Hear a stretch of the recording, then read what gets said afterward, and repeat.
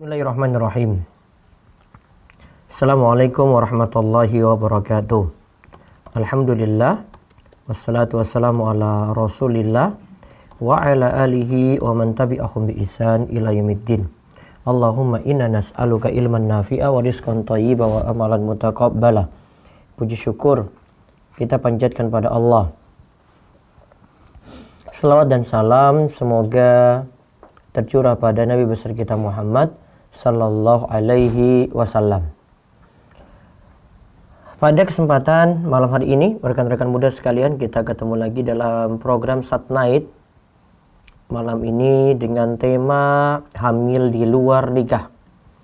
Kami ucapkan terima kasih kepada Zoom Kobar Islam Academy, begitu juga rekan-rekan RTVC yang menyiarkan acara pada malam hari ini.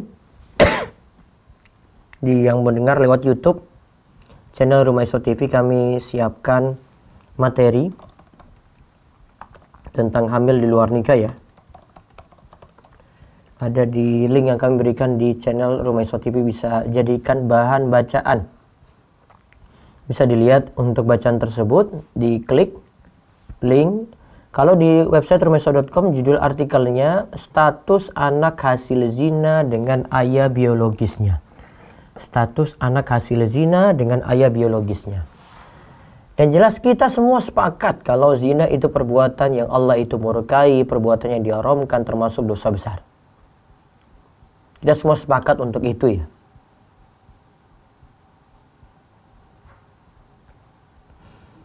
Namun ada pertanyaan biasanya muncul seperti ini. Ustadz, mengenai status anak di luar nikah dengan ayah biologisnya, apakah mereka itu mahram atau tidak?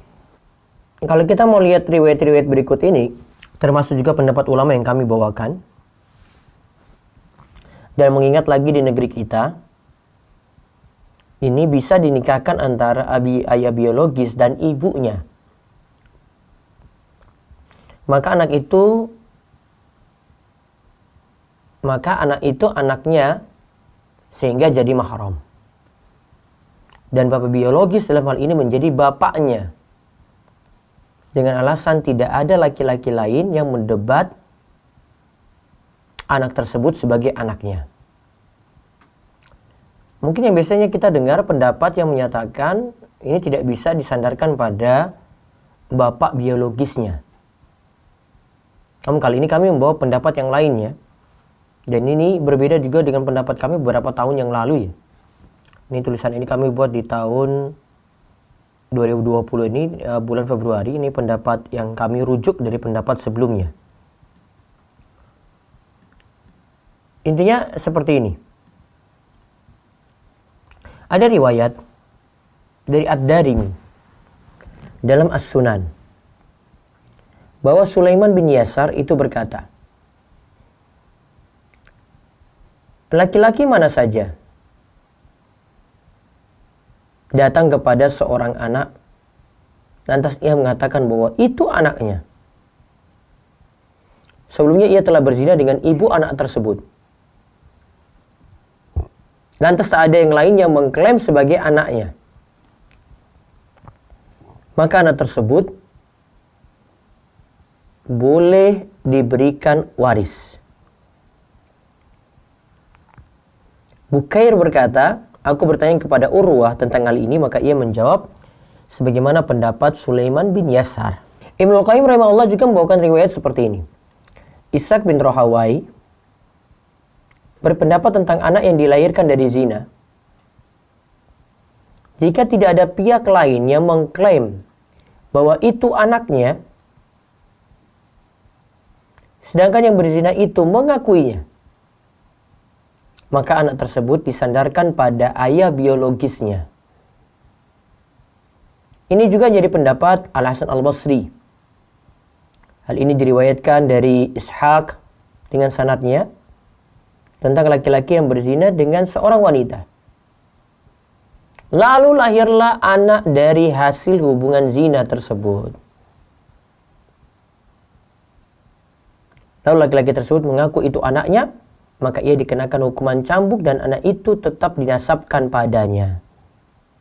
Ini juga jadi pendapat Urwah bin Zubair dan Sulaiman bin Yasar seperti yang tadi kita sebut. Ibnu Qudamah rahimahullah berkata, Ali bin Asim dari Abu Hanifah, ia berkata, aku tidaklah mempermasalahkan jika ada seorang laki-laki yang berzina dengan seorang wanita, lantas wanita tersebut hamil, kemudian laki-laki itu menikahinya dan menutupinya, maka anak tersebut menjadi anaknya. Inilah yang jadi pendapat Syekhul Islam Ibnu Taimiyah dan muridnya Ibnu Qayyim. Ibnu Mufli berkata, guru kami Syekhul Islam Ibnu Taimiyah, bahwa anak hasil zina dan tidak ada ranjang, artinya tidak ada laki-laki yang mengakui sebagai anaknya kecuali laki-laki itu saja, maka anak tersebut menjadi anaknya. Nah, ulama belakangan yang memilih pendapat ini juga adalah Syekh Muhammad Rasid Ridha dalam tafsir Al-Mannar, begitu juga Syekh Ibnu Utsaimin dalam Syarhul Mumti'. Nah, terus di antara kita paling bertanya tentang hadis. Ini tentang zatu firash. Al-waladu lil firash walil akhiri al-hajaru. Bagaimana dengan hadis? Anak itu disandarkan pada pemilik ranjang. Sedangkan yang berzina hanya mendapatkan batu saja, tidak mendapatkan hak apa-apa dari anak. Diterangkan oleh Ibnu Qudamah rahimahullah dalam Al-Mughni, wa ajma'u ala annahu idza wulida ala firashin rajulin fadda'ahu akharu annahu la yalhaquhu. Para ulama sepakat bahwa jika ada anak lahir dengan laki-laki lain, padahal si wanita ini sudah bersuami, lantas laki-laki lain mengklaim itu anaknya, maka tidak disandarkan pada laki-laki yang berzina tadi. Paham ini? Cerita yang pertama saya bawakan berbeda dengan yang kedua ini. Yang pertama yang kita bawakan adalah tidak ada yang mendebat. Laki-laki ini yang zinai perempuan ini dan dia mau tanggung jawab. Hamil di luar nikah. Maka kalau tidak ada yang berselisih, maka anak ini boleh disandarkan pada bapak biologisnya. Ini tadi sampai pendapat dari Urwa dan Sulaiman bin Yasar.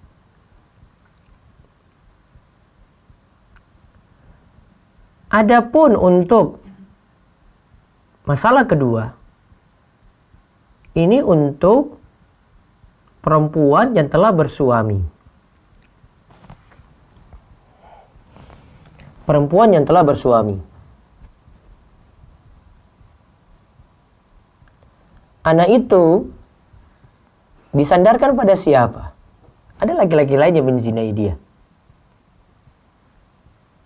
Kalau lihat dari pendapat Ibnu Taimiyah, dan ini dinukil dari Ibnu Qudamah ya. Ini dari pendapat Ibnu Qudamah, sebentar.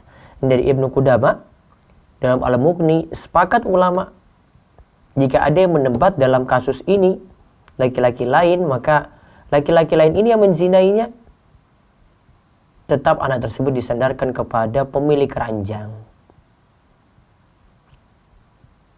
yaitu suami dari perempuan ini. Tetap di sini zina haram.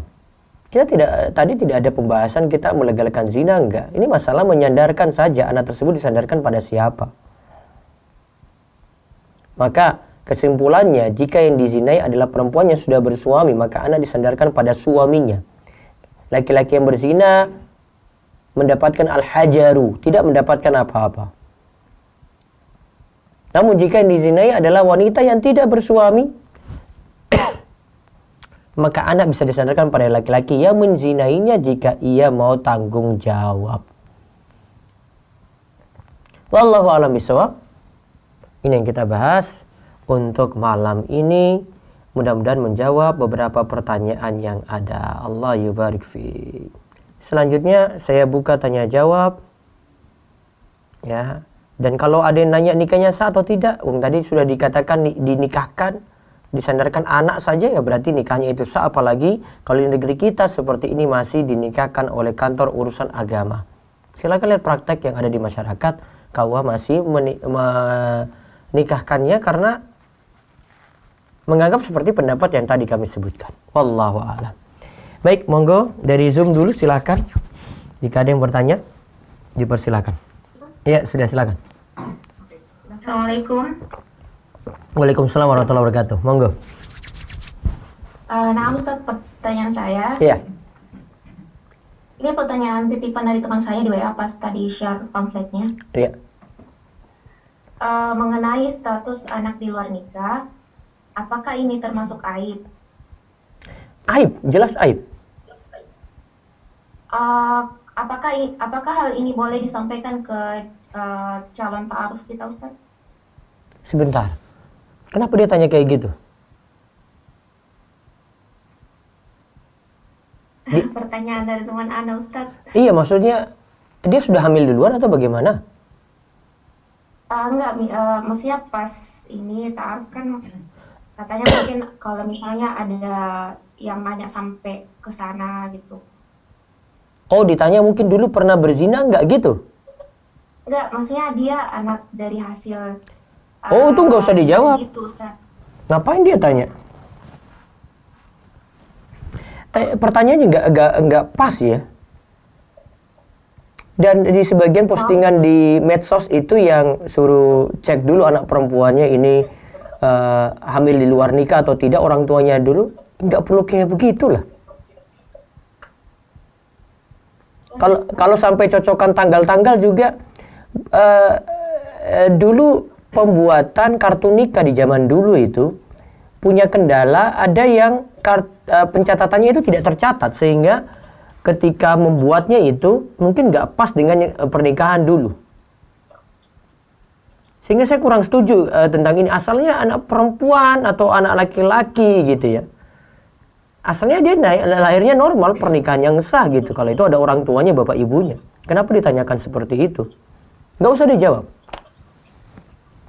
Nggak penting. Nah, Kalau dia protes, bawakan video saya aja ini. baik, Ustaz. Baik. Masih boleh bertanya, Ustaz? Iya, silakan. Ini, Ustaz, pertanyaannya. Bolehkah anak disandarkan namanya ke keluarga ayahnya? Sebentar. Ini nikah sah ya? Nah, Ustaz, nikah sah. Nikah sah terus disandarkan pada keluarga ayahnya. Marga atau bagaimana maksudnya? Afwan, Ustaz, maksudnya anak ini hasil di luar nikah. Nah, bolehkah namanya itu disandarkan ke nama ayahnya atau nama dari keluarga ayahnya, misalnya kakeknya atau neneknya? Nah, gitu. tadi kan dari pembahasan saya, kalau itu bapak biologisnya tanggung jawab, ya berarti boleh disandarkan pada bapaknya. Gimana, Ustaz, kalau misalnya bapaknya ini nggak sampai nikah-nikah juga sama ibunya gitu? Apakah masih bisa disandarkan? Tapi disandarkan? Iya, ini masalah pencatatan di ini nih. Saya tuh belum sempat telusuri lagi. Gimana kalau masalah pencatatan di itu nanti ngurus sampai kecamatan tuh. Saya coba pelajari lagi dari Pemda nanti. Saya tanya-tanya pejabat-pejabat nanti tentang ini coba. Saya belum bisa jawab. Ya, satu lagi. Ustaz, pertanyaan terakhir. Iya. Bolehkah anak hasil zina mendapatkan harta warisan dari ayah? Nah, itu tadi sudah terjawab juga. Kalau itu bapak biologisnya tadi ngaku sebagai bapaknya dan nikah dengan ibunya tadi, nikahnya kalau sudah dikatakan sah, berarti konsekuensinya saling mewariskan. Jadi saya kembali ke pembahasan tadi ya. Terserah pendapat ini mau disetujui atau tidak. Namun saya membawa pendapat alternatif lain gini ya. Saya bukan melegalkan zina di sini, tetapi menunjukkan realita yang terjadi dari pendapat yang diterapkan di negeri kita gitu loh. Selain mau diprotes dengan pendapat ini juga, tetap dipraktekkan oleh kantor urusan agama, dia akan tetap menikahkan. Saya ketika sadar pendapat ini, saya nggak bisa protes lagi gitu. Dulu saya pakai pendapat, ya pokoknya nikah nggak sah. Jadi setelah saya rujuk lagi, lihat-lihat lagi, ya temukan ada pendapat lain dalam masalah ini. Terus saya lebih condong pada pendapat yang kedua karena pemahamannya seperti ada Syekh Ibnu Utsaimin juga setuju dengan pendapat ini tadi. Dirinci kalau ini sudah bersuami, ada dua laki-laki di situ, satunya protes, enggak itu anak hasil zina dengan saya, maka suami yang menang. Namun kalau cuma satu laki-laki saja dia yang siap tanggung jawab, maka pengakuan dia dianggap sah, dia sebagai suami dan dia sebagai bapak biologis sekaligus itu bapaknya, boleh disandarkan pada dia. Maka kalau konsekuensinya boleh seperti ini, maka waris dibolehkan. Wallahu a'lam. Baik. Baik, kalau khair. Ya, satu lagi. Nah, Assalamualaikum warahmatullahi wabarakatuh, Ustaz. Waalaikumsalam warahmatullahi wabarakatuh. Ana kebetulan punya teman, jadi dulu waktu dia masih belum menikah, itu sering posting foto seksi dan Ana sering tegur. Lalu akhirnya di-unmute story-nya dari Ana. Nah, namun tiba-tiba dia kontak Ana sudah hamil gitu, dan dia minta bantuan Ana untuk pinjam uang untuk menikah gitu. Intinya Ana di situ sudah kasih tahu dia panjang kali lebar, cuman Ana kebetulan lupa untuk memberitahu dia karena dia memang awam, keluarganya pun awam, memberitahu dia tentang nasab si anak tersebut. Si orang tuanya tahu tapi tetap dinikahkan secara agama dan juga negara, dari KUA juga sudah dinikahkan dan kebetulan menikah dengan abdi negara. Nah, si anaknya ini kebetulan laki-laki, Ustadz, sehingga mungkin kalau menikah tidak perlu wali begitu ya. Tapi sebagai teman, apakah Ana harus menyampaikan ke dia walaupun setelah lahiran ini atau biarkan saja? Tadi dari dengar pendapat yang saya sebutkan, bagaimana kesimpulannya? Kesimpulannya kalau ayah biologisnya dinikahkan sama KUA, maka tetap boleh begitu ya, Ustadz ya? Iya. Ya sudah kalau gitu. Oh, jadi berarti nggak apa-apa itu ya? Dia harus bertobat untuk zinanya tadi. Oh, baik. Itu harus menikah lagi atau tidak, Ustaz? Harus. Kalau sudah dibilang ayah biologisnya boleh nikah dengan itu, ya nggak perlu dinikahkan ulang lagi. Dan KUA nggak mau nikahkan ulang juga seperti itu. Oh, iya, berarti itu sudah sah begitu ya? Iya. Nah, lalu yang kedua nih Ustaz, jadi kan anak punya teman nih di kosan sini, kebetulan kosannya itu campur, boleh, maksudnya bisa laki-laki bisa perempuan gitu. Nah, namun teman anak itu ngekos sama pacarnya gitu, Ustaz. Anak mereka tahu kalau anak maksudnya dari lingkungan kami gitu, anak sudah berhijrah gitu, alhamdulillah. Dan sedikit banyak mereka juga tahu hukumnya seperti apa gitu. Dan tapi Ana sebagai teman dekat nih pasti sering menyindirnya gini, kenapa nggak nikah aja sih, nggak cepat nikah kayak gitu. Tapi dia, aku tuh belum siap gitu. Nah, Ana sebenarnya kadang nggak kuat sih, Ustaz. Itu Ana harus pergi aja dari lingkungan sini atau harus Ana sampaikan dulu, karena khawatir nanti pertemanannya senggang atau gimana, tapi dia sendiri juga sudah tahu hukumnya seperti apa gitu. Kalau saya di posisi kamu, saya pergi dari situ. Berarti mending anak yang pergi saja dari dia gitu ya, Ustaz ya? Saya nggak kuat banget itu. Iya. Dulu saya pernah alami kejadian yang sama juga. Dulu karena ngikut teman, saya sebelum ngaji itu, saya tinggal di lingkungan seperti itu. Saya sendiri yang pergi ke masjid, kuliah masih di UGM dulu, namun lingkungan itu kurang bagus. Ya saya pertahankan diri karena itu teman-teman saya juga gitu. Terus saya ngaji jadi sadar gitu, ini lingkungan ini nggak baik nih. Ya bolak-balik perempuan masuk bebas begitu. Terus saya ambil inisiatif sebelum kos-kosan saya itu berakhir kontraknya setahun, saya pergi dari situ. Pergi dari situ, tinggal di lingkungan yang bagus. Karena kalau saya tetap bertahan di situ, saya akan terpengaruh sama nanti. Alhamdulillah saya ambil keputusan tepat dan saya dapat lingkungan yang bagus. Baru dari situ saya belajar ngaji. Jadi mending pergi dari situ. Alhamdulillah sih kalau terpengaruh insya Allah nggak ya, karena Ana udah nggak nerima tamu laki-laki sama sekali, nggak boleh ada laki-laki yang masuk gitu. Cuman Ana lebih khawatir ke, ya Allah saya menyaksikan teman saya sendiri setiap hari ngekos sama pacarnya gitu, tapi saya sendiri kayak nggak bisa apa-apa gitu. Iya, dari sisi kamu nanti suatu waktu akan terpengaruh ketika futur itu lebih bahaya nanti. Iman kan kita nggak tahu bisa bertahan atau tidak kan. Coba kalau dalam keadaan futur kamu pulang galau begitu, terus kesepian, futur beberapa bulan gitu, kan dia iman akan mengajak, sudahlah cari aja lah gitu. Setan akan goda-goda terus itu. Lalu lingkungan itu, luar tema, Ustaz? Pokoknya lingkungan itu berpengaruh sekali. Orang sudah tahu itu feelingnya gimana nanti berjalan begitu. Kalau dia dapat sudah connect dengan temannya, itu akan kena juga gitu. Itu insting yang sudah ada juga dalam hal dunia juga seperti itu. Coba aja kalau lihat, ini umum ya, saya sebutkan umum, misalnya pemain bola itu. Tiap hari ketemu dengan temannya terus, tiap hari bertemu dengan teman, latihan juga, tendang bola sana sini juga. Karena latihan berulang kali, instingnya ada di lapangan, cocok gitu. Jadi mereka bersinergi terus sama-sama. Terpengaruhnya kuat banget itu. Beda kalau nggak pernah latihan. Kamu ketemu tiap hari, ya masa tidak terpengaruh sama sekali, itu nggak mungkin. Makanya kan ketika Nabi SAW itu ceritakan tentang 99 orang yang telah dibunuh oleh satu orang ini, sampai dia bunuh genap 100, ya Nabi kan ceritakan orang ini kan disuruh hijrah oleh seorang yang berilmu, itu pindah tempat. Suruh pindah itu. Kenapa nggak disuruh itu aja? Dia bisa ibadah juga di situ kan? Karena punya lingkungan yang jelek. Karena punya lingkungan yang jelek. Kan harusnya bisa jawabannya juga kan? Ya dia bisa ibadah juga di situ walaupun ada teman-temannya, dia nggak akan terpengaruh. Nabi ceritakan dia pindah, itu suruh pindah. Ini orang berilmu ini pindah dari tempat ini pindah ke tempat yang dia bisa beribadah pada Allah dan ada teman-temannya di situ. Ngeri deh pokoknya. Ini kalau dia tetap tinggal di lingkungan lama, bisa jadi dia bunuh orang yang ke 101, ke 102.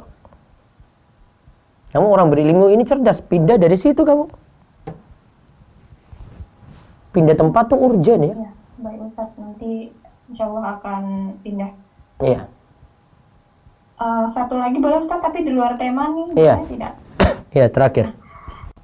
Jadi begini Ustaz, Ana tuh punya teman laki-laki, jadi dia itu udah sahabat Ana dari sebelum Ana hijrah, dan memang dari pandangan teman-temannya dia itu laki-laki yang baik, gitu, tidak merokok, tidak pacaran gitu. Cuman Ana sendiri kalau untuk gimana ya, jadi dia itu selalu cerita sama teman dekat Ana kalau dia punya niat baik ke Ana gitu. Cuman Ana sendiri tidak serak karena dia tidak semanhaj begitu. Cuman setelah kita kenal sampai 3 tahun, sampai setelah Ana hijrah, itu masih dengar dari teman Ana bahwa dia punya niat baik ke Ana gitu. Nah, tapi Ana sendiri itu akan tetap menolak dia karena dia belum semanhaj gitu.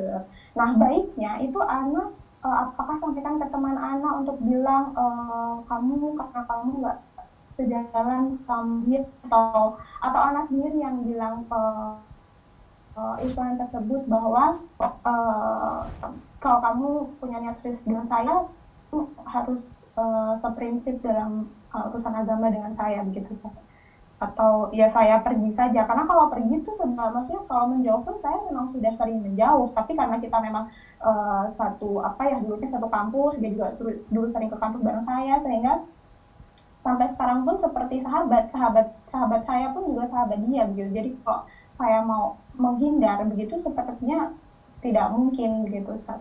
Tapi dia sendiri sampai 3 tahun tuh masih konsisten bilang ke teman saya kalau dia punya niat baik ke saya begitu.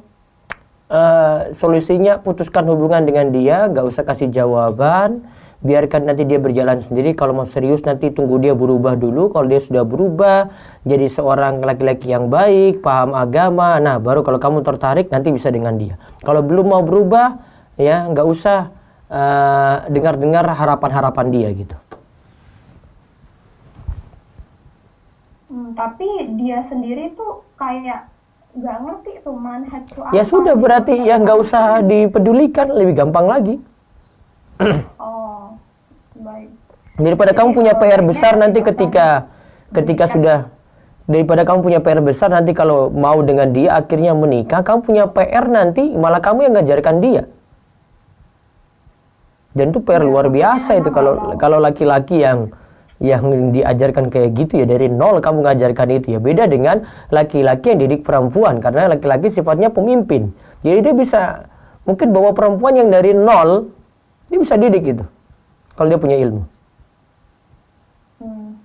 Ustaz, berarti baiknya tidak usah saya pedulikan, kalaupun misalnya suatu saat ada yang mentaaruf saya dengan semanhaj dan dengan ta'aruf yang benar, itu baiknya sudah saya tidak perlu pedulikan dia, begitu ya Ustaz? Iya.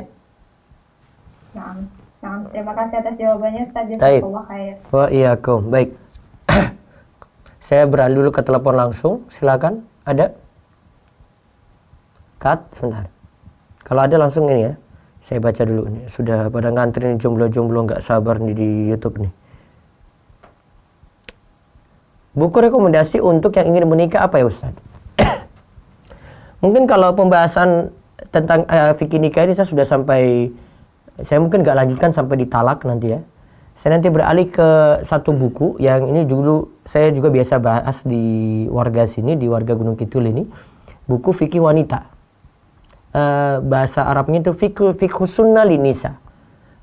Terjemahannya ada, buku terjemahannya ditulis juga fikih sunnah linisa karya Syekh Abu Malik Kamal bin Said Salim. Saya menganggap itu buku lengkap juga untuk masalah pernikahan, bisa dikaji lebih dalam ya, dari masalah persiapan nikah sampai sebagian pembahasan di situ saya masukkan di artikel-artikel yang ada di website remajaislam.com.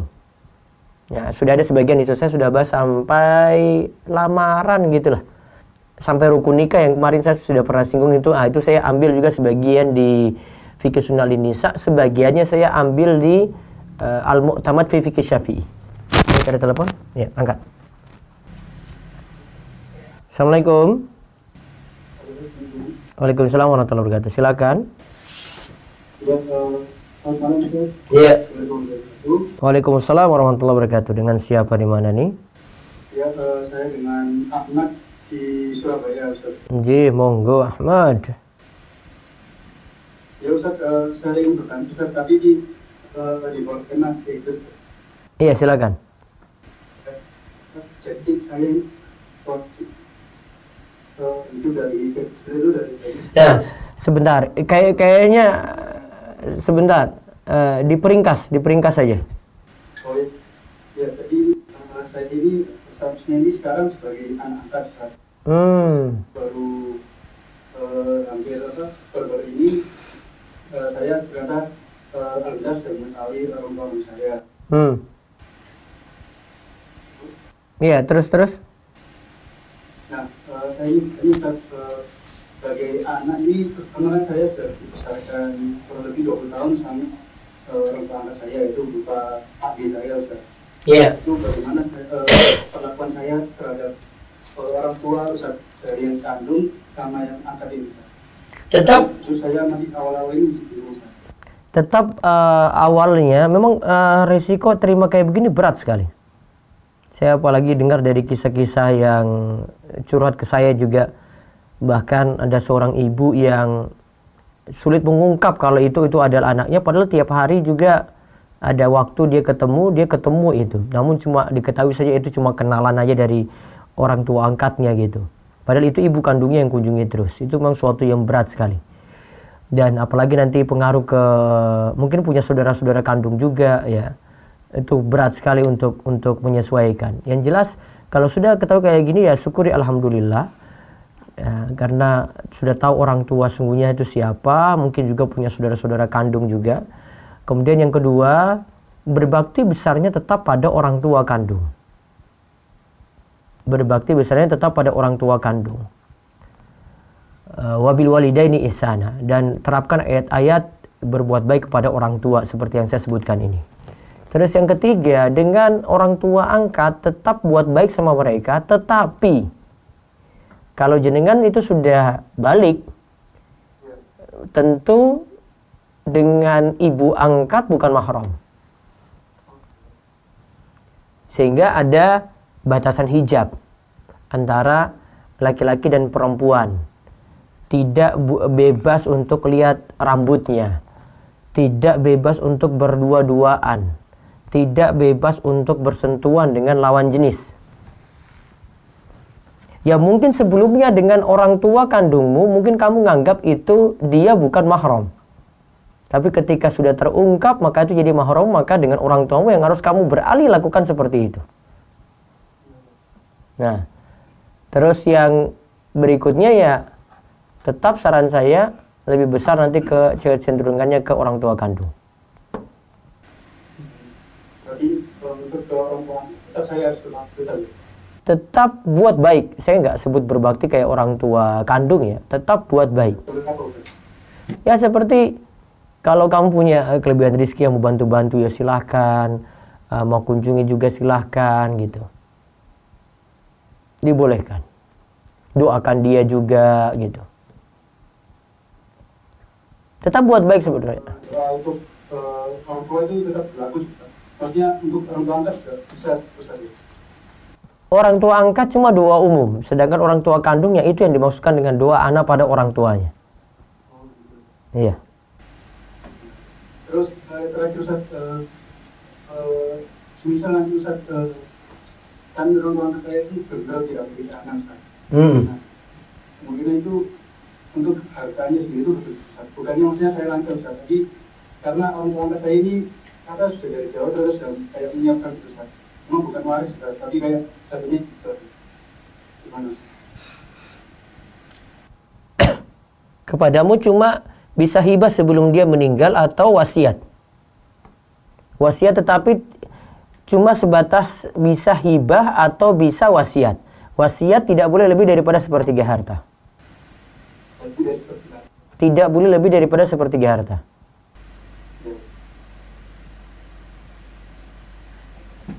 Sudah cukup?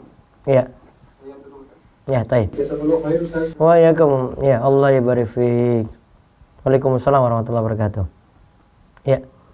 Baik, ada lagi dari telepon? Silakan. Kalau enggak saya jawab dulu sebentar ya. Ustaz, anak perempuan hasil zina jika menikah nanti walinya apakah bisa ayahnya Ustaz? Afwan telat hadir. Nanti direwin aja ya. Saya kalau ulang lagi nanti pertanyaan baru lagi muncul. Jawabannya anak perempuan hasil zina jika menikah nanti walinya. Tadi saya jawab dari pembahasan Ibnu Qudamah dan yang lainnya tadi. Bapak biologisnya kalau mau tanggung jawab dan tidak ada yang bertentangan dengan bapak biologisnya ini, maka bapak biologisnya ini jadi bapaknya. Maka besok dia jadi walinya. Dan seperti ini kalau dibawa ke ranah KUA sah. KUA sahkan maka nikahnya jadi sah. Baik, ada telepon silakan. Assalamualaikum. Ya, assalamualaikum. Bisa pelanin dulu radio di belakang? Waalaikumsalam. Bisa pelanin dulu radio di belakang? Oh iya, udah. Iya, fokus ke telepon saya. Ya, silakan. Iya. Nah, jadi kan di lingkungan saya kan ada yang orang yang hamil di luar nikah gitu kan. Baik. Yang dia tuh baru menikah tuh pada saat sudah anak kedua. Nah, jadi yang anak pertama itu kan nggak tahu bapaknya siapa kan. Walaupun ternyata tuh dia tuh pernah berhubungan sama laki-laki lain. Nah, yang kedua itu ternyata tuh sama sendiri gitu kan. Tapi ditutupi sama dia sama temannya gitu. Nah, udah ditunggu itu waktu itu tuh dia masih berumur 13 tahun saat dia masih baru kan. Nah kemudian kan yang anak pertama lahir itu kan nggak tahu ya saat anaknya siapa, anaknya masih hubungan dia dari sama pamannya atau hasil hubungan dia sama pacarnya. Nah kemudian setelah 2 tahun itu anak kedua lahir Ustaz. Nah anak kedua lahir itu di pacar si gadis itu baru menikahi menjadi itu Ustaz. Karena dia merasa karena anak kedua itu atau hubungannya sama gadis itu. Nah jadi yang mau saya tanyakan tuh si anak pertama ini jadinya walinya satu untuk poin kemudian nikah karena kan dia itu hasil hubungan dari ibunya sama mamanya dan juga sama pacar ibunya.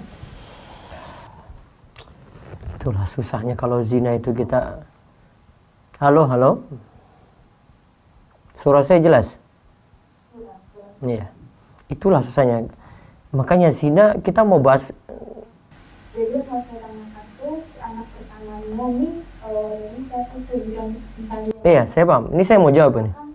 dia itu ambil hubungan dari ibunya sama paman sama pacar ibu, jadi hasil dari hubungan dua orang gitu kan, satu orang gitu. Iya, taib. Saya jawab ya. Taib. Jadi saya mau menjawab juga, pertama, ini perbuatan zina.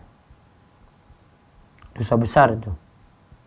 Kemudian yang kedua, mau sandarkan pada apapun, saya bingung untuk menjawabnya dikarenakan statusnya kayak begini, sudah nggak jelas nasabnya. Anaknya laki-laki apa perempuan yang pertama? Anaknya dua-duanya laki-laki. Ya, berarti selamat dia. Selamat dari sisi tidak butuh wali. Cuma iya, kalau misalnya dia nikah kan, ya kita juga nggak tahu dia tuh anak siapa gitu kan. Nah kan pada waktu itu kan dia itu emang mereka salah karena tidak pergaulan bebas gitu kan, dan waktu itu juga orang tuanya juga dokter gitu kan.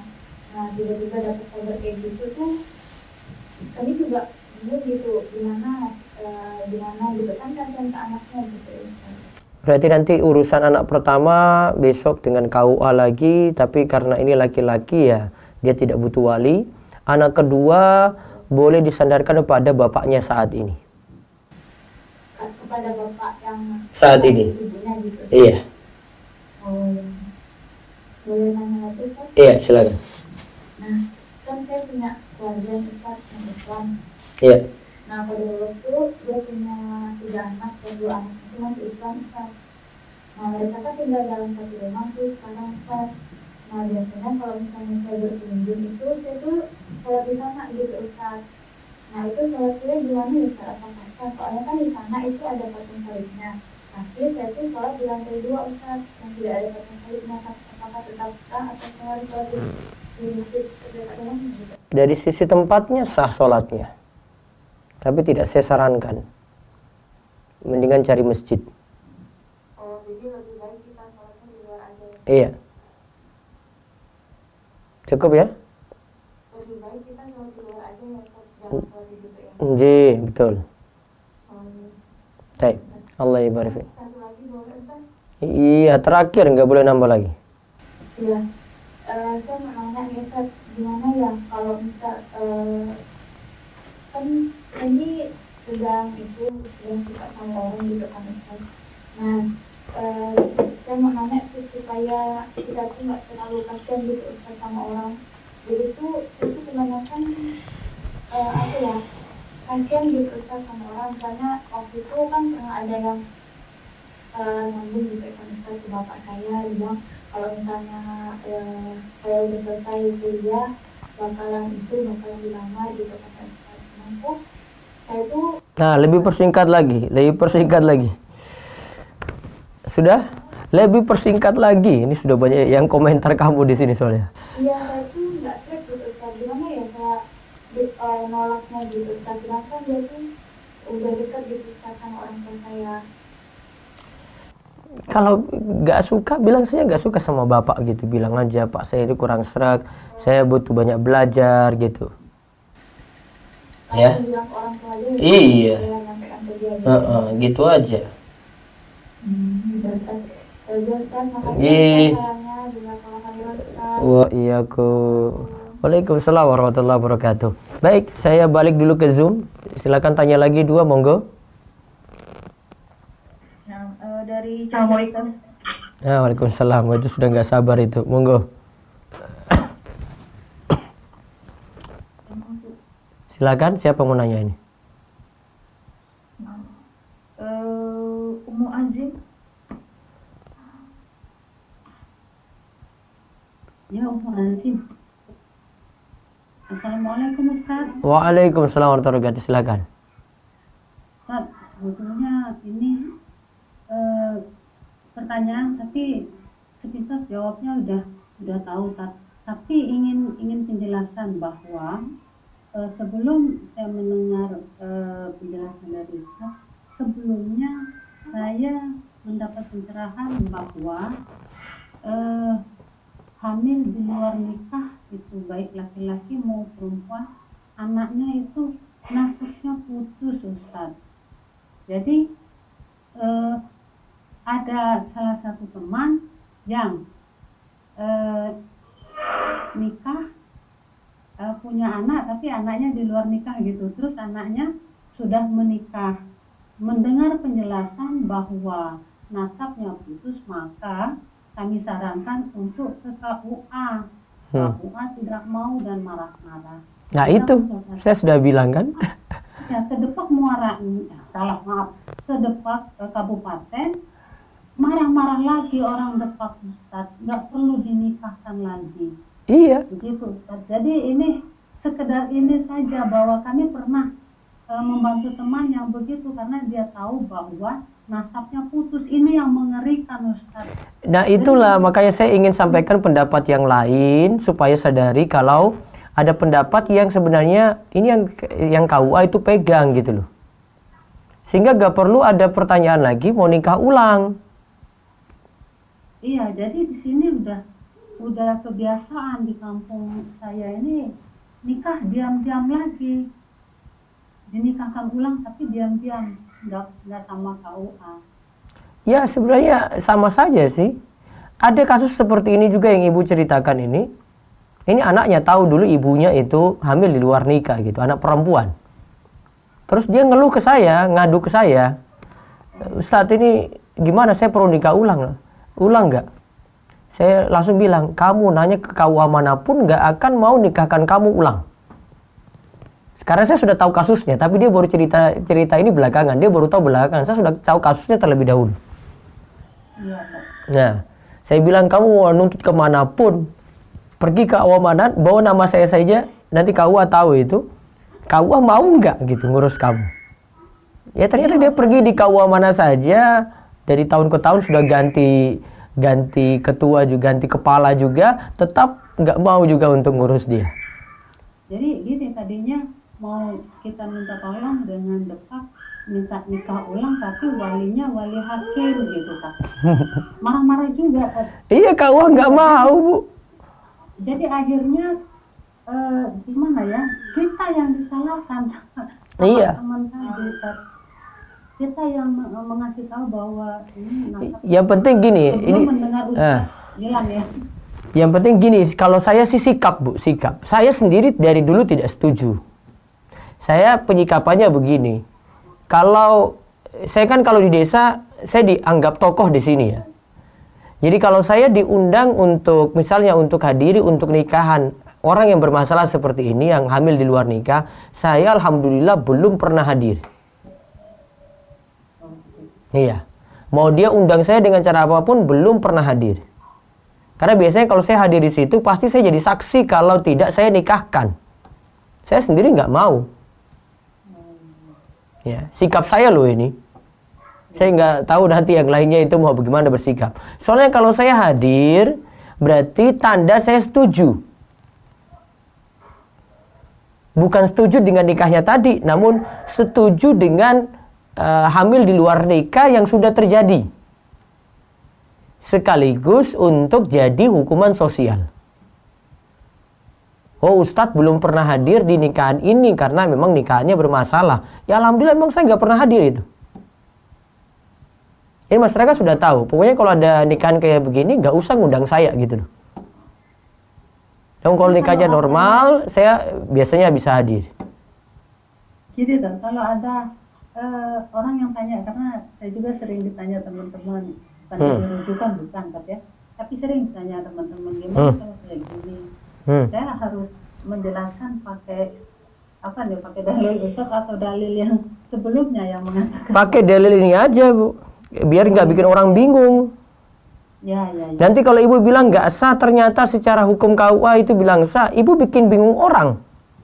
Ya. Kalau gitu mohon maaf, nanti saya jelaskan bahwa ini penjelasan dari Ustadz. Saya sampaikan aja pendapat baru ini, pendapat yang ibu baru dengar ini pada orang tersebut. Saya memang agak ini berbeda ya. Saya nganggap orang lain mau dengar saya, ya monggo, mau terima pendapat ini, ya silahkan, nggak mau terima juga nggak apa-apa. Makanya kemarin ini pertanyaan ini saya tunda. Saya bilang saya jawab sendiri. Kalau enggak saya nanti banyak diprotes orang gitu. Biar nanti tahu dalil-dalil saya. Baik. jelas kalau gitu. Ya, cukup. Terima kasih, Ustaz. Iya, Assalamualaikum warahmatullahi Waalaikumsalam warahmatullahi wabarakatuh. Ya, satu lagi. Assalamualaikum warahmatullahi wabarakatuh, Ustaz. Ya. Assalamualaikum. Ya, waalaikumsalam warahmatullahi wabarakatuh.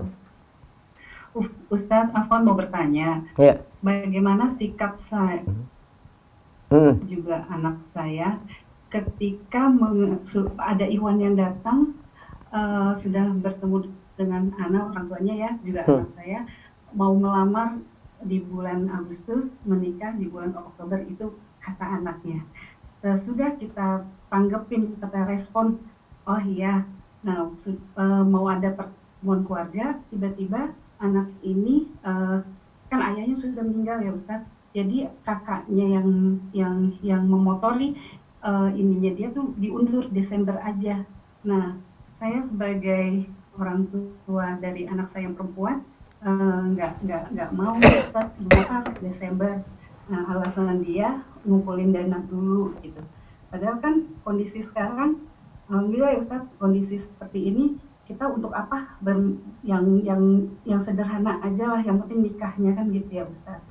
Nah tapi jadi sekarang jadi nggak ini Ustadz, apa sikap kita sekarang untuk apa langsung menolak aja atau bagaimana Ustadz? Karena kita sebenarnya maunya yang ya kalau udah sama-sama ini gitu ya Ustadz. Ya dipercepat aja Bu. Iya, tapi dari sananya mintanya di bulan Desember. Itu pun baru lamaran, Ustaz. Itu dari siapa? Dari pihak laki-laki yang minta bulan Desember? Pihak laki-laki, iya pihak laki-laki. Orang tuanya atau siapa? Keluarganya. Orang tua dan kakaknya. Lobby lagi Bu, lobby lagi. Bilang mau minta segera gitu. Iya, kalau misalnya dia nggak bisa, udah bagaimana Ustaz? Selesai aja atau gimana? Saran saya ini. Hubungannya pending dulu, nggak ada hubungan apa-apa dulu sampai nanti mau dekat bulan Desember baru ngurus lagi. Kalau memang ibu nggak setuju lagi, maka bisa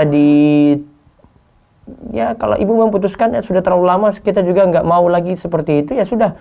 Kalau memang bisa cari jodoh yang lain, ya sudah beralih ke jodoh yang lain. Begitu ya Ustaz. Perlu kita ini lagi nggak? Maksudnya anak saya ini udah blokir nomor dia, sesudah ngomong baik-baik. Kita nggak bisa nunggu yang sampai selama itu. Bisa juga seperti itu, tapi nggak usah blokir lah Bu. Oh gitu. Iya. Iya Ustaz. Ya, syukron Ustaz. Iya. Baik, satu lagi dari Zoom, silakan. Nah Ustaz, untuk selanjutnya dimohon bagi yang bertanya untuk raise hand atau bertanya via chat ya, jangan langsung. Iya. Saya baca dari chat ya Ustaz. Iya, monggo. Assalamualaikum Ustadz, izin bertanya. Saya memiliki kakak tiri, satu ayah beda ibu, dan kakak tiri saya merupakan anak di luar pernikahan. Ayah saya telah meninggal dan kami ingin menyelesaikan urusan warisnya. Ayah meninggalkan seorang istri, satu kakak tiri saya laki-laki, satu kakak kandung saya laki-laki, dan saya perempuan. Mohon penjelasannya Ustadz bagaimana mengenai pembagian warisnya, terutama untuk kakak tiri saya. Jazakallahu khairan. Nah, kakak tiri tadi nikah dengan ibunya gimana tadi? Coba diulang Bu.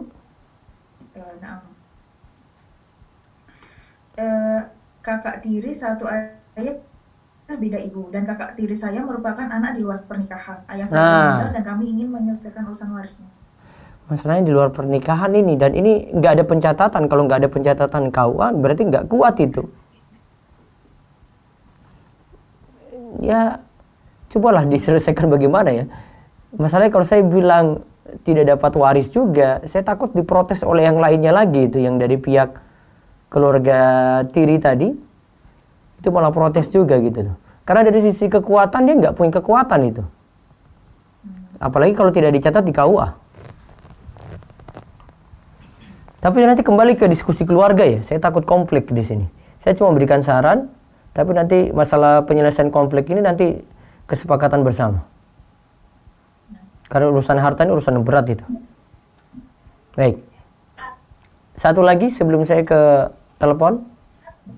Nah, Assalamualaikum warahmatullahi wabarakatuh Ustaz. Mau tanya, kalau anak angkat yang diasuh sejak bayi, apakah bisa menjadi mahram atau sama saja bukan mahram dengan orang tuanya Ustaz? Itu pun anak dari saudara, namun saudara karena anak dari kakak, itu pun anak dari saudara, namun saudara karena anak dari kakak nenek, mohon penjelasannya Ustaz. Jazakallahu khairan.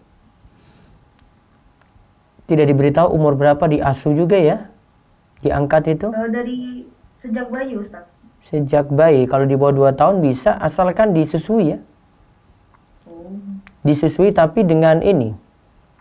Yang masih hubungan dengan orang tua angkat tadi. Jadi misalnya gini. Ini orang tua angkatnya perempuan ya. Dia punya saudara perempuan yang bisa menyusui. Nah, anak angkat ini nyusui pada ini. Maka ibu angkatnya ini jadi dia panggil dengan bibi, saudara dari ibu susu. Jadi bibi susu.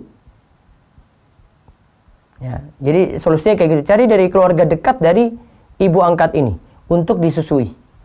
Ada saudaranya gitu. Bisa juga dari suami. Gitu. Bisa juga dari suami. Wallahu a'lam. Baik, saya balik dulu ke YouTube. Sambil ada telepon masuk, silakan ya.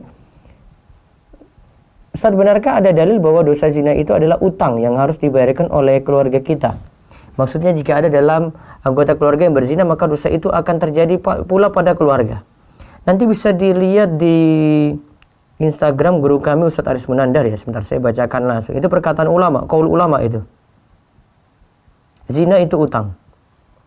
Inna zina dainun. Fa'in akrad tahu kanal wafa min ahli baitik fa'alim.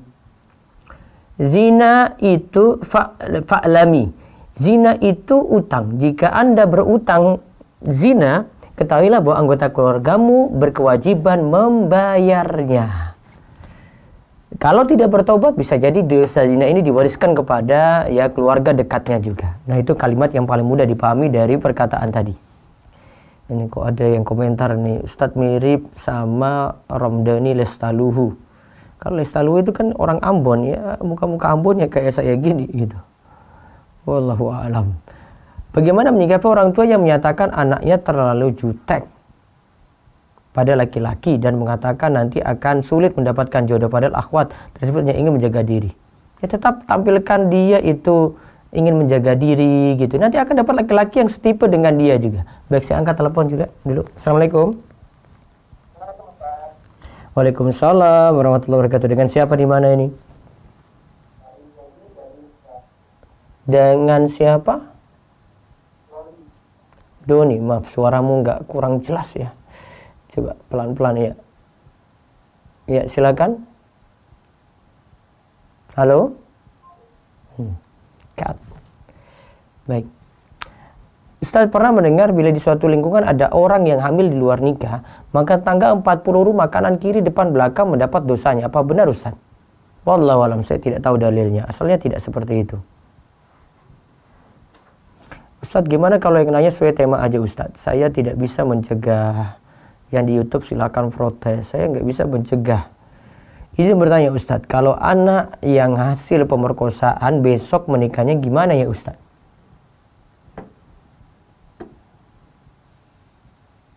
Nanti ada wali hakim di sini ya.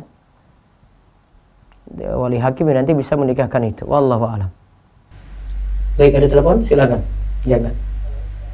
Waalaikumsalam warahmatullahi wabarakatuh. Dengan siapa di mana ini?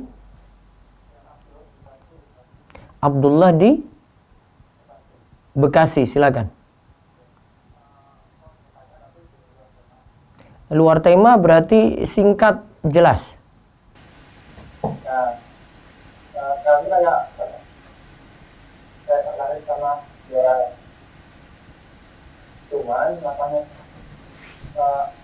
dia masih di atasnya biasanya dia menanggapi cara gitu kan. Cuman kalau dari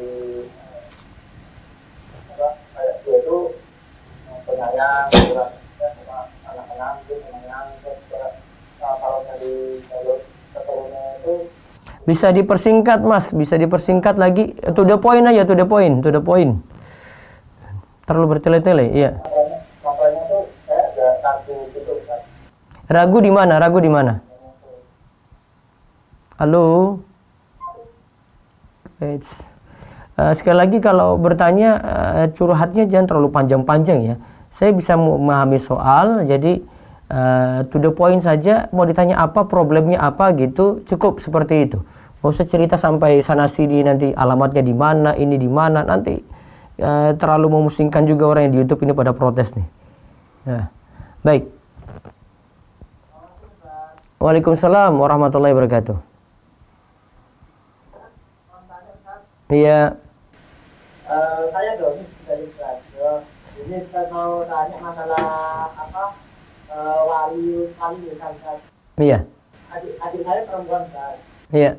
Bapak saya masih hidup, cuman adik saya mau nikah, bapak saya nggak mau jadi wali kan. Akhirnya saya diskusi sama pihak KUA, KUA ngasih saran untuk saya yang jadi wali nikahnya. Itu gimana Ustaz? Manut pada KUA aja kalau gitu. Hukum, tapi ayah saya masih hidup Ustaz. Nggak apa-apa Ustaz ya? Jenengan beritahu ayahmu kenapa tidak mau nikahkan nggak? Saya udah ngomong ke bapak, dan awalnya sih gini kan. Ya gak usah cerita panjang, gak usah ceritamu masalahmu apa. Masalahmu itu sudah dibawa ke KUA belum? Halo Ustaz? Masalahmu itu sudah dibawa ke KUA apa belum? Sudah Ustaz. Maksudnya kamu cerita bapak saya nggak mau nikahkan adik saya gitu. Sudah dikasih tahu belum? Saya udah tanya ke pihak KUA. Akhirnya pihak KUA ngasih saran. Ya udah, kalau emang bapakmu nggak mau, dan awalnya sih pihak KUA minta fotokopi KTP gitu kan. Cuma bapak saya tetap nggak mau. Iya. Akhirnya itu solusi terakhir dari pihak KUA itu saya ya akhirnya yang jadi wali nikah. Biasanya di KUA itu ada, setahu saya itu ada sidang atau apa ya? Ada sidang yang nanti KUA itu bisa putuskan untuk memaksa wali supaya nikahkan. Halo? Halo? Iya, suaramu yang putus-putus ya, saya tuh jadi bingung. Halo? Iya. Coba di-cut dulu, Mas, cut. Iya, cut dulu. Ya, biar nanti dengar jawaban saya. Jadi walinya nanti di KUA itu punya sidang untuk itu, untuk bisa memaksa wali untuk nikahkan. Nah, kalau memang KUA tadi sampai putuskan, sudahlah saudaranya saja nikahkan, ya berarti secara hukum KUA itu juga dibolehkan. Jadi manut saya sama KUA, ya mudah-mudahan itu jadi nikah yang sah. Wallahu a'lam. Jika saya menikahi janda satu anak, tapi janda itu sering melakukan zina, gimana Ustadz masukan biar saya tidak salah jalan? Laki-laki yang soleh dengan perempuan yang soleh, laki-laki pezina dengan perempuan pezina. Renungkan ini baik-baik. Kalau mau baca ayatnya, saya kasih linknya sebentar. Ini ayatnya itu pezina untuk pezina. Walaupun kamu laki-laki baik, namun kamu mengikuti perempuan tadi, maka sifatnya akan sama. Nanti renungkan ini ya. Ya. Baik. Ada telepon, silakan. Angkat. Halo. Iya, waalaikumsalam warahmatullahi wabarakatuh. Iya, dengan siapa, di mana? Ya, silakan. Bisa diperingkas ya, to the point ya. Siaran di belakang bisa dimatikan dulu biar fokus ke telepon. Iya. Saya tempat tinggal di Jakarta. Iya, langsung ke telepon dan to the point. Iya, baik. Saya mau berpoin aja Pak Ustaz. Jadi sebelum saya mempunyai rumah, saya luar nikah 2 kali dan saya melakukan aborsi 2 kali. Bagaimana caranya saya untuk menebus dosa-dosa tersebut, Pak Ustaz, dan hukumnya bagaimana, dan apakah dosa saya tersebut tidak diampuni oleh Allah? Terima kasih Pak Ustaz. Allah bisa ampuni semuanya. Sekarang yang penting taubat. Kalau mau taubat sungguh-sungguh, hijrah yang benar. Sekarang ngaji, pelajari ilmu agama lagi dengan baik. Insya Allah kalau perbaiki dengan baik, Allah nanti akan ganti juga dengan jodoh yang terbaik. Ada mau tambahkan lagi? Untuk bertobat itu niat bagaimana? Bisa, kalau niat taubat yang wajib, 3 hal yang kamu lakukan. Pertama, menyesal, an-nadam, menyesal. Kemudian yang kedua, ya saat ini tinggalkan itu semua. Kalau masih punya hubungan dengan yang dulu-dulu lagi, ya tinggalkan. Kemudian yang ketiga, bertekad tidak mau ulangi lagi. Kemudian kalau mau mantapkan lagi, bisa sholat sunat taubat. 2 rakaat ringan, suratnya bebas, lakukan mau malam boleh, pada waktu duha juga boleh, pada waktu tahajud boleh. Iya. Mudah-mudahan Allah beri taufik hidayah, sekarang lebih serius ngaji lagi. Insyaallah Allah ampuni dosa-dosanya.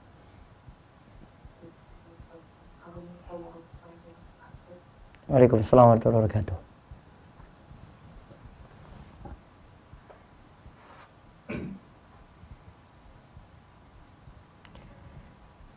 Baik, ada yang bertanya lagi.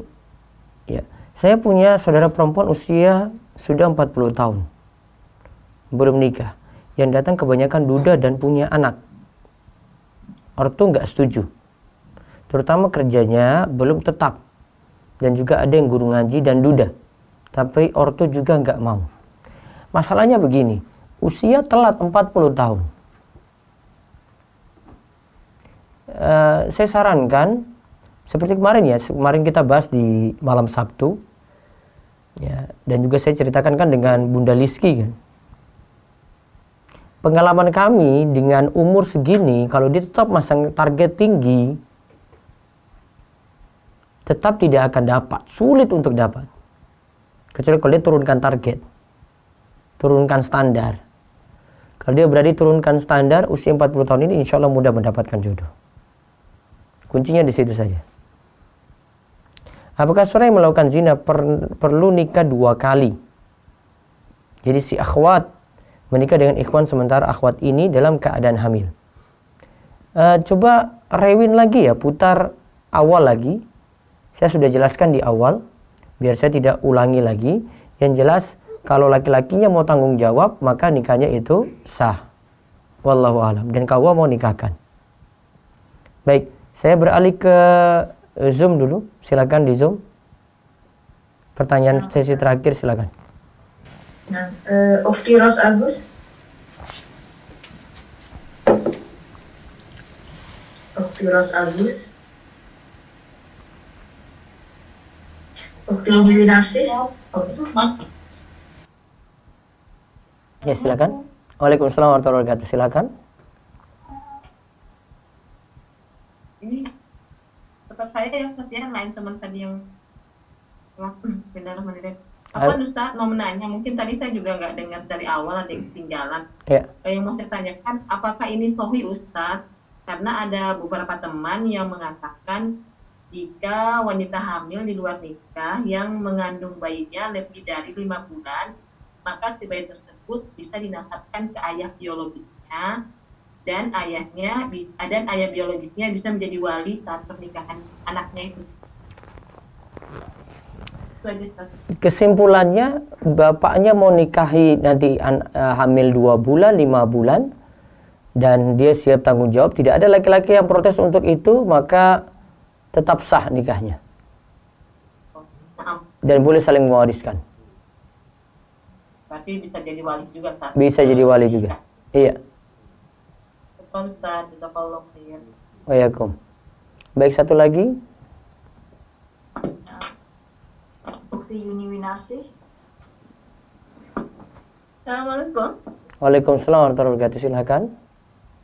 Ustadz, untuk mengenai yang kita kan biasa diundang ya, kemudian kita kan bawa kayak seperti upload gitu. Apakah itu termasuk juga hutang ya? Karena di sini rata-rata jadi kita harus nanti mengembalikannya ke ya seperti yang dia ngasih ke kita. Gimana Bu, diulang coba. Gini, kan kita diundang ya. Diundang nikahan ya? Ya. Kita kan memberikan amplop. Seperti ya begitu. Jadi nanti ketika kita Hajatan? Iya, hajatan itu apakah itu merupakan hutang gitu? Ini ibu di daerah mana, Bu? Di kota, Ustadz. Kotanya pundi? Surabaya. Oh, sami mawon, Bu. Itu daerah Jawa ya gitu, Bu. Resiko ibu berada di daerah tersebut. Jadi kalau di sini, Bu, di desa itu sudah jadi dimaklumi. Jadi kalau sudah selama di undangan itu tidak ada tulisan, tidak menerima amplop, oh berarti sudah sadar kalau di undangan datang berarti kita harus nyumbang. Nyumbang ini nanti akan dicatat oleh tuan rumah. Ketika kita yang nyumbang tadi punya hajatan, nanti akan dikembalikan lagi. Sudah umum seperti itu. Paham, Bu Yuni? Nah, Ustaz. Jadi ibu tanya, itu jadi utang nggak? Ya, uruf masyarakat nganggap itu utang. Ibu nggak mau bayar, aib besar itu. Kalau di desa itu malah dirasani. Wah, kuwi ya, wingi dinai 100 kok saiki 50. Dikasih 100, dia bayar cuma 50. Dicari orang itu, Bu. Nah, Ustaz. Solusinya gampang kalau untuk ini. Sebenarnya bisa menghapus tradisi ini sebenarnya. Karena sejujurnya ini memberatkan orang-orang miskin. Orang kaya makmur ya tambah makmur. Namun orang miskin tambah sengsara. Solusinya untuk selesaikan masalah ini adalah bagi orang-orang kaya, please tidak usah nerima amplop lagi. Jadi kalau dia buat hajatan, dia tulis di undangan, maaf tidak menerima sumbangan amplop. Itu selesaikan masalah. Enggak, Bu. Itu selesaikan masalah. Oh, gitu ya. Masalahnya gimana? Gini, saya ceritain. Ketika dia tidak menerima amplop, berarti orang-orang kan nggak datang untuk kasih utangan ke dia. Anaknya nikah, aman, Bu. Ya, walaupun dia keluarkan biaya, tapi aman bagi dia. Ya, awalnya dia bebannya ada, karena dia mesti mungkin cari utangan lah untuk buat hajatan nikah dia tadi ya. Namun seterusnya setelah dia sudah nikah, dia nggak mikirkan lagi untuk nyaur utang, untuk lunasi utang. Paham, Bu Yuni? Nah, Ustaz. Saya selalu saranin kayak gini pada orang kaya ini. Orang kaya mbok nggak mikir-mikir nyumbang-nyumbang lagi. Ini banyak warga saya juga yang dengar malam ini nih, mereka pada mikir nanti ini. Gitu ya, Bu Yuni ya. Jadi kalau Bu Yuni nanti punya hajatan, saya harap Bu Yuni nggak usah lagi minta sumbangan. Biar nggak susahkan wong miskin. Nah, berarti saya nanti ngasih keterangan tidak menerima sumbangan begitu ya? Untuk hajatan Bu Yuni. Tapi kalau Bu Yuni datang ke tempat lain, kasih nggak apa-apa. Tapi nggak usah ngarap imbalan. Nah. Ini untuk Bu Yuni sendiri gitu loh. Seperti saya, ini untuk saya. Saya kalau buat, saya nggak mau nerima amplop. Tetapi kalau risiko saya kalau diundang, ya sudah saya nyumbang saja. Paham kan, Bu Yuni? Paham, Ustaz. Nah, itu solusi ya, diterapkan. Nah, satu lagi boleh, Ustaz? Iya, monggo. Gini, Ustaz. Ini kan berkaitan dengan suami ya. Suami itu sudah, kan ada saudara yang berhutang, tapi biasa kan, kasus gitu loh, Ustaz. Nah, suami itu sampai bernazar gitu loh. Jangan sampai, maksudnya kamu ke saudaranya itu begitu sampai bernazar seperti itu. Kalau misalnya kamu sampai masih sama hubungan sama saudaramu itu, kamu akan saya tinggalkan, itu bagaimana, Ustadz? Apa ini dalam masalah apa nih, Bu? Utang ini? Masalah hutang, gara-gara hutang. Jadi ada saudara itu kan berhutang ke saya, cuman untuk hutangnya itu ditagih-tagih ya seperti itu jawabannya. Nggak pernah bayar. Nggak bayar-bayar begitu. Ya jelas nggak bayar maon, Bu. Ya. Terus? Iya, bayar. Nah, suami bilang, dia kan masih kerabat saya ya, jangan sampai apa istilahnya kan saya memutuskan hubungan silaturahmi gitu. Oh jangan, nggak boleh. Sama yang berhutang itu. Nggak boleh. Nah, suami saya itu nazar. Kalau kamu, halo Bu Yuni, terputus kayaknya. Gangguan sinyal mungkin. Halo? Iya, halo Bu Yuni, apa tadi? Iya, itu bagaimana sampai dia bernazar seperti itu, Ustaz? Bernazarnya apa tadi, isi nazarnya? Terputus Bu tadi. Kalau kalau kamu masih mau menurut dengan saya, nah jangan kamu, misalkan dia punya acara atau apa, kamu hadiri begitu loh, Ustaz. Oh, nggak boleh, nggak boleh. Nazar tadi tidak boleh dipenuhi, satu, karena memutus hubungan silaturahmi, dan itu maksiat. Nazar tidak boleh dalam maksiat. Ya. Nazar tidak boleh dalam maksiat. Adapun tadi utang nggak dilunasi, resiko orang yang meminjamkan. Dia butuh sabar dan berikan tenggang waktu. Kalaupun itu juga nggak lunas-lunas, ya sudah. Dia cuma bisa lakukan paling cuma boikot saja. Boikot dalam artian, kalau orang ini pinjam lagi, nggak akan dipinjamkan. Cukup ya Bu Yun ya? Nah, Ustaz, terima kasih. Baik. Satu lagi dari Zoom terakhir, saya beralih ke YouTube untuk tutup, monggo. Nah, Ustaz, saya tanya yang via chat ya, Ustaz.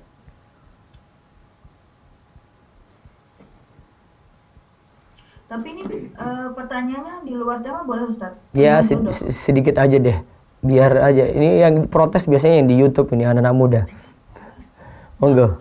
Bismillah, izin bertanya, apa standar seseorang dikatakan semanhaj, Ustaz? Soalnya ada akhwat yang ta'aruf dengan Ana, beliau Ana tanya tentang akidah dan dijawab sesuai dengan pemahaman salafus salih. Tapi beliau masih mendengarkan kajian Ustaz-Ustaz yang tidak bermanhaj salaf. Ana ragu beliau dipengaruhi syubhat dari Ustaz-Ustaz tersebut. Dan bagaimana solusinya Ustaz untuk ta'aruf Ana kira-kira, Ustaz? Solusinya suruh dia benar mau ngaji dengan Ustaz-Ustaz sunnah atau tidak. Yang penting guru ngajinya dulu, itu yang poin penting di sini. Iya, satu lagi Bu.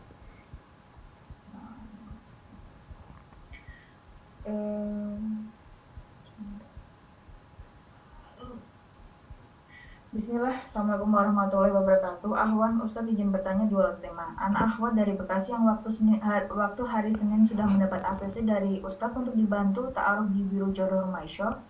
Ahwan Ustadz, sampai saat ini belum ada balasan dari Bunda. Mohon dibantu Ustadz. Iya, insya Allah ya, mudah-mudahan nanti. Banyak yang ini Ustadz, banyak yang bilang, selain itu ada Mas Abdullah juga bilang seperti itu.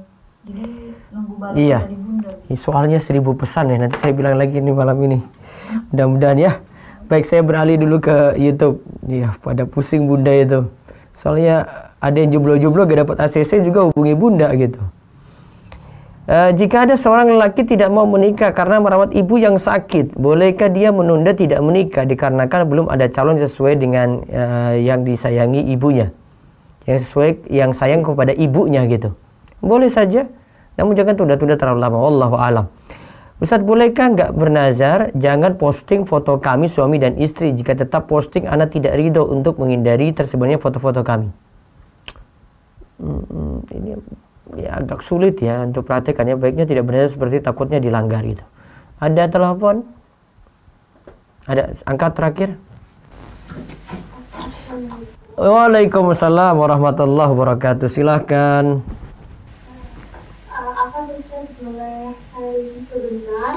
Sharingnya nggak bisa lama-lama, Mbak. Langsung to the point aja. Ini sudah tengah malam ini, ya. Kalau saya mau pengen tanya solusi itu tapi gimana? Jadi kakak saya ini kan anak dari Rio ya Ustaz Purana. Pas sebelum menikah itu,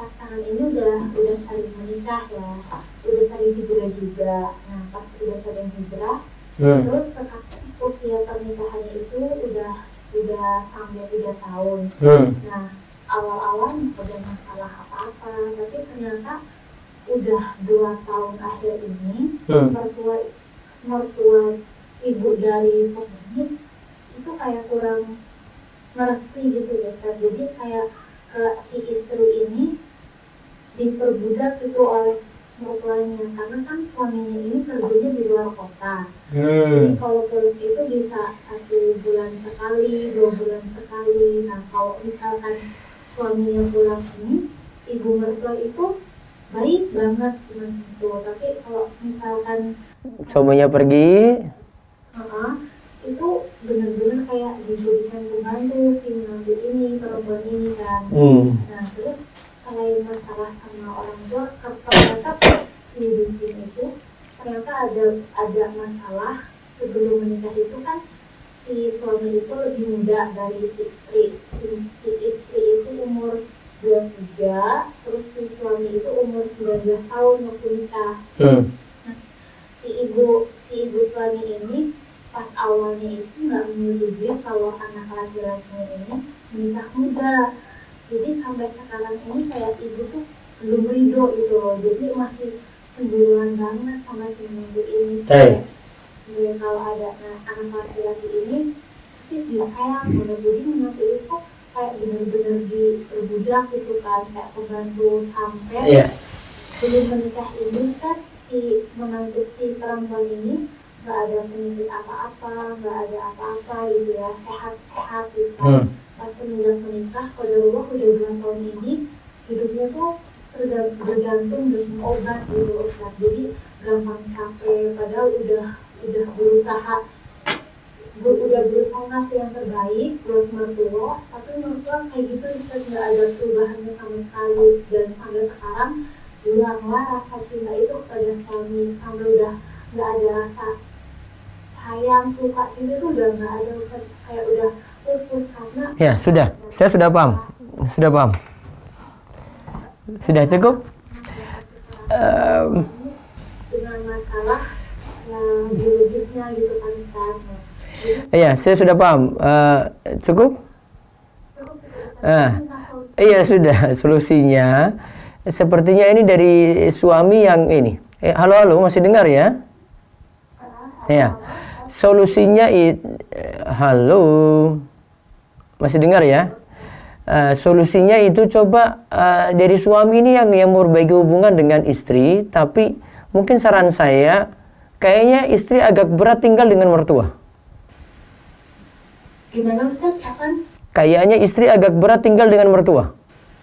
Iya Ustaz, udah berusaha buat ngajak ngontrak, tapi si suami itu nggak mau bergantung dengan ibu. Baik, kalau begitu itu solusinya. Kayaknya nggak ada solusi lain lagi. Solusi lainnya juga Ustaz? Solusi lainnya nggak ada. Nggak kuat gitu kan? Iya tahu, harusnya dipisah dulu sementara antara mertua dengan istrinya tadi. Kalau nggak konflik terus. Jadi solusinya itu harus dipaksa suami buat kayak iya, nggak dipaksa, berikan saran. Nggak dipaksa, berikan saran. Kalau misalkan suami tetap nggak mau gimana? Bersabar untuk itu insya Allah. Iya. Baik, cukup ya? Cukup. Ya. Kudu sabar. Namanya saja berkeluarga harus ada melatih sabar, melatih interaksi dengan mertua, selalu ada problem seperti itu. Baik, saya cukupkan. Bagi yang kurang puas untuk pertanyaan malam ini bisa berlanjut besok pagi. Saya buka deh, walaupun besok pagi bahas muamalat yang belum saya jawab pada malam hari ini. Insya Allah besok pagi kita akan terima pertanyaan dalam bentuk apapun. Biasanya pagi saya siapkan untuk tanya jawab sebelum saya nanti ubah jadwal ya, karena nanti Ahad berikutnya lagi saya langsung beralih ke kajian di masjid. Karena di sini nanti saya akan buat protokoler untuk ngaji berapa orang saja di Masjid Darussolihin, itu baru untuk bawa bapak sekitar 30 orang, sehingga nanti tema yang saya bahas untuk Ahad pagi, bukan besok ya, minggu depannya lagi, nanti dengan tema tertentu akan kami sampaikan insya Allah. Baik, itu saja. Besok pagi bisa ikuti jam 5:15 atau setengah 6, nanti tergantung keadaan subuh di sini ya, karena subuh sekarang makin mundur. Ya, pokoknya ikuti kajian besok pagi. Dan di malam ini saya tadi share link untuk kuis. Bagi yang belum jawab kuis, terutama rekan-rekan muda yang biasanya ikuti kajian malam ini tentang tema nikah atau kitab nikah dari Bulughul Maram, ikuti kuis ini. Besok berakhir hari Ahad jam selama hari Ahad ya 23.59 ya. Pokoknya ikuti kuis tersebut, insya Allah hadiahnya 2 juta rupiah total. Rugi kalau nggak ikut. Pertanyaannya mudah, cuma 10 soal, jawab dengan benar salah. Yang penting Anda pernah ngikuti kajian 12 video yang ada di playlist perjodohan yang ada di channel Rumah Iswa TV. Makanya yang belum berlangganan, segera berlangganan dengan channel Rumah Iswa TV. Jadi videonya itu update terus tiap hari, kajiannya pagi malam, pagi malam, pagi malam. Kecuali kalau ada jadwal tambahan, ya mumpung masa pandemi ini kita gunakan untuk gali ilmu terus. Ya demikian, ya rekan muda, para jomblo, orang-orang tua, dan yang semua yang ikuti malam hari ini mudah-mudahan dapat ilmu yang bermanfaat. Dan jangan lupa kuis segera dijawab besok terakhir. Semoga Allah beri taufik, sehat terus, panjang umur. Subhanakallahumma bihamdika, asyhadu alla ilaha illa anta, astaghfiruka wa atubu ilaik. Assalamualaikum warahmatullahi wabarakatuh.